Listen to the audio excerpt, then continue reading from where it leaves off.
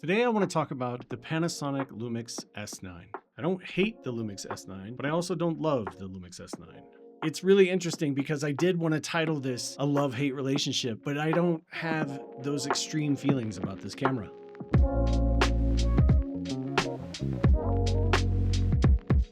Even though I don't have a love-hate relationship, I do have a little bit of a weird history with it. I got this camera, like I said, about 10 months ago. I got it with this 18 to 40 millimeter lens, but it was just the all black version. When I saw that there was this international model that looked a little more like a classic camera, I decided to go ahead and return that whole kit and get this kit, but with the 20 to 60 kit lens. I do use my 20 to 60, but I found a refurbished version of this 18 to 40.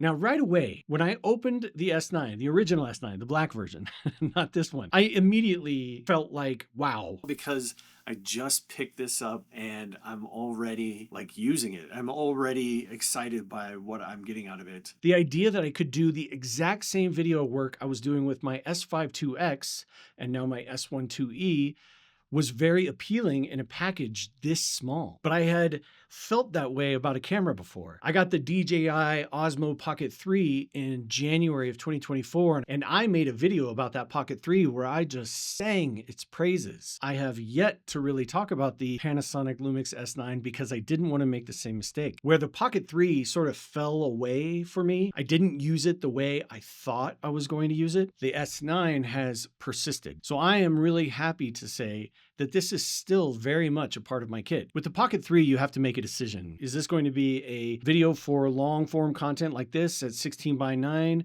or is it going to be a short or reel at 9:16? I really like open gate for that reason. I really like shooting in the 3:2 open gate. It allows me to see my frame lines. It allows me to see that I have a 9:16 frame line and a 17:9 frame line. I never have to turn the camera sideways. I never have to hold it in an awkward way. I can always shoot at the same angle using open gate.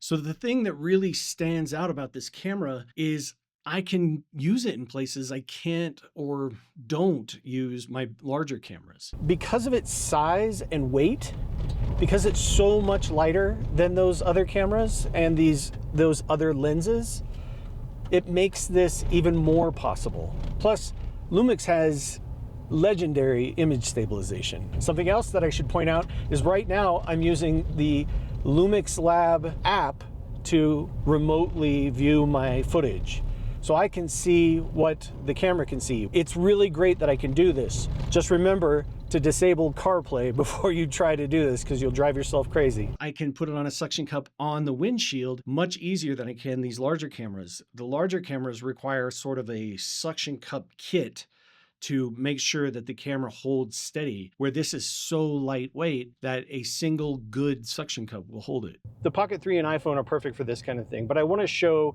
how easy it is to mount just using a suction cup. Again, this is where the weight comes in. It's about the size more than anything else. My other cameras can do this. I would just require more to ensure that the camera doesn't fall. Where on the S9, I feel confident that this suction cup by Neewer will stay. These are all great uses for the S9. There are some downsides to the S9 as well.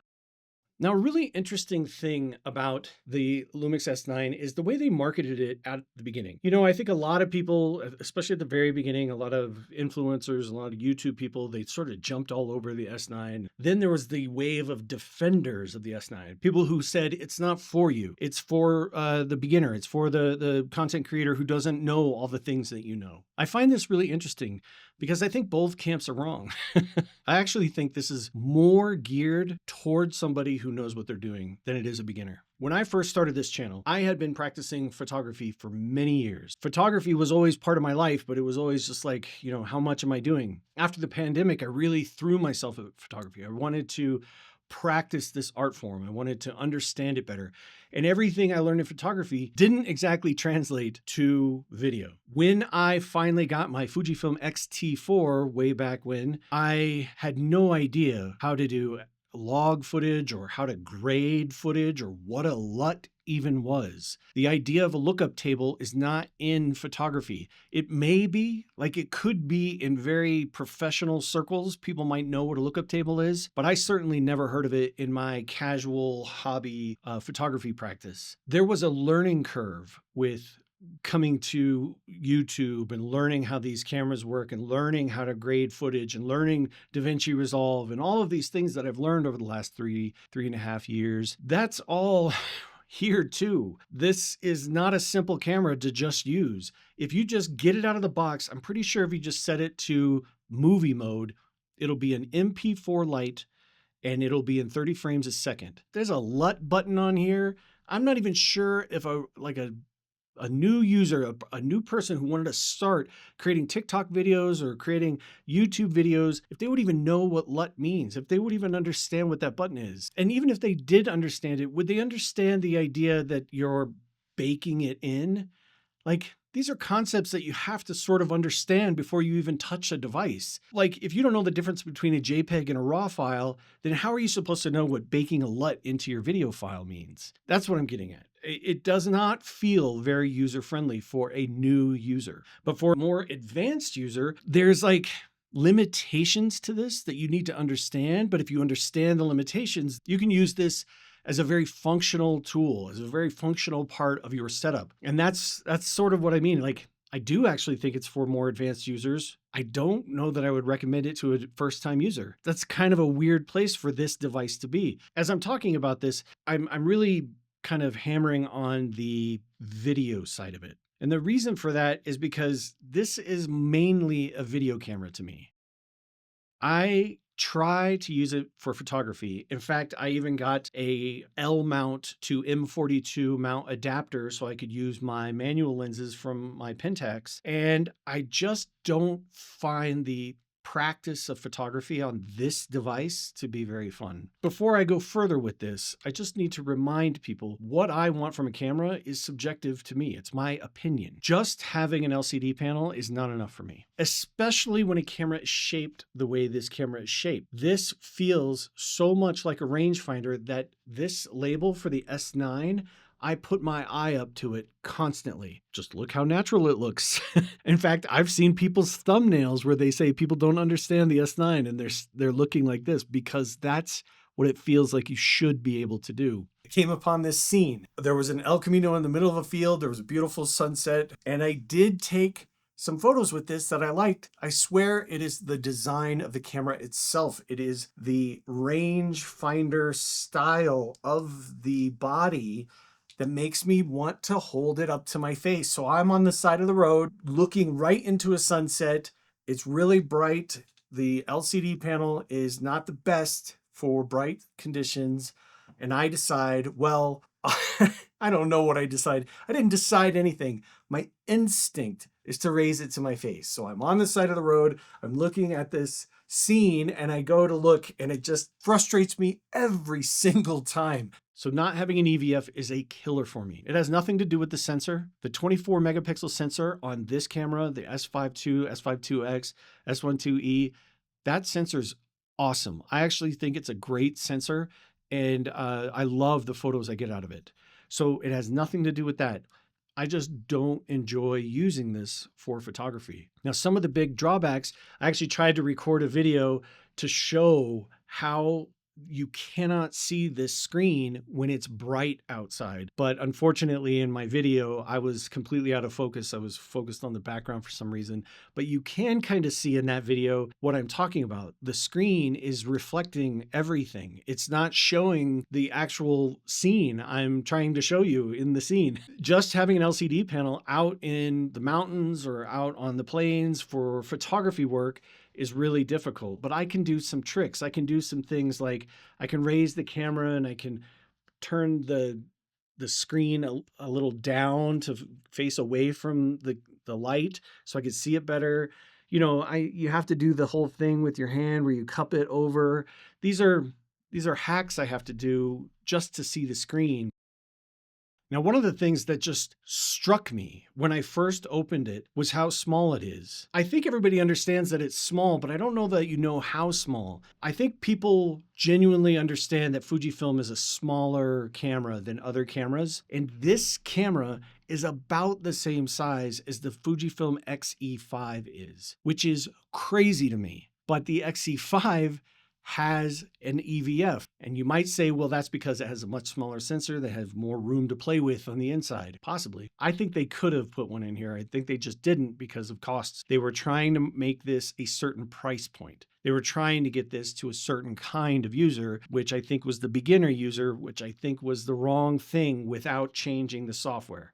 I think they needed to change the software to make this truly a beginner camera. And they didn't want to change the software, so they just gave you MP4 Lite and real-time LUTs and thought that was consumer friendly. I'm not sure that it was. So this is, to me, a video-only object. Now, as far as video goes, it's the exact same as I get out of this camera I'm using right here.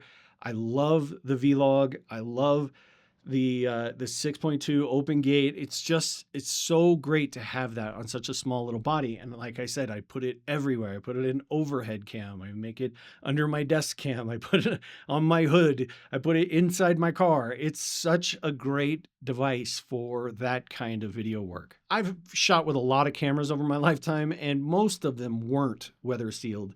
And I could take them out in like a light drizzle, you know, if it was sort of misty out, or not a downpour or anything like that. But, you know, light rain never seemed to bother my cameras. And I feel the same way about this one. The one that I'm worried about is dust. The controls on the back and the buttons are so, you can see them press in and they're so plasticky that I'm very worried that if I were, let's say I was shooting storms out on the eastern plains of Colorado and I was on a dirt road and I was shooting a storm away from me and I was trying to do some video of me setting up my shot and a truck drives by on the dirt road and kicks up a bunch of dust. I could actually see dust getting in here and causing a problem. That's one of the things I need to know about my camera before I use it out in the field, kind of thing. That's why I say I think you need to know its limitations to get the most out of it. Some accessories I got with it, and they're not accessories I use all the time. I got this small rig cage. I went for the cage over the little grip, mostly because I don't really need the grip anymore. I've gotten so used to the Leica Q3, and then I got used to this, and now the X-E5. Like, none of them have grips anymore, and I'm pretty okay with just holding it like this. But I like to use the cage from time to time because it allows me to mount things to the camera. And I do use that. I'll mount it in my car and I'll put a light on it and I'll put my microphone on it. Speaking of microphones, I use the Sennheiser MKE 200 shotgun mic. I've had that since the beginning of this channel. It was the very first mic I ever bought, and I think it is a fantastic mic, especially short distance vlogging style. If I want to do something a little more advanced, I actually figured out a way to rig up that cage with a spot for my mic and for the receiver for my DJI Mic 2. So I can use it as a shotgun mic, or I can pull the transmitter off and, you know, put it on my shirt. So it's actually kind of a nice little setup I've got there. So those are really the only accessories that I have specific for the S9. The truth of the matter is everybody jumps so far one way or the other on any given topic, especially on YouTube, especially on social media in general. It's really good for what it does. It's not exactly for everybody. If you said, would you recommend it to a first-time user, a person creating a YouTube channel? I would say no. You know, this is probably too advanced for a first-time user. I've seen some competitor products like the Sony, I don't know what it is, ZV-E or something like that, where the touch screen on the back, like, they're, you know, I want to shoot a video, I want to shoot a vertical video. Like, it's very simple to use. Panasonic didn't do anything like that for this. There's no simplified software where you can go into advanced mode and get into the regular. It's just the regular old menus that I have pretty much on my S1 IIe here. Would I recommend it to an advanced user? Well, sure. If somebody knows what they're doing, I think it's a great camera. I think it works really well.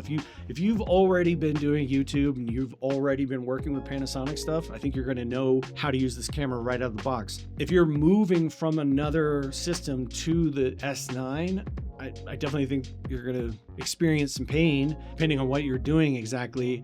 If you're going from Fujifilm X-H2 to the S9, I think you're going to be a little disappointed. If you're moving from the X-H2 to the S5 II-X or the S1 II-E, I think you're going to be happy. There's some good trade-offs when you move that direction. But to the S9, I don't think so. So that's it. That's my review of the S9. It's a good camera. I use it. I don't know if that's the best endorsement in the universe, but I do. I use it and it works.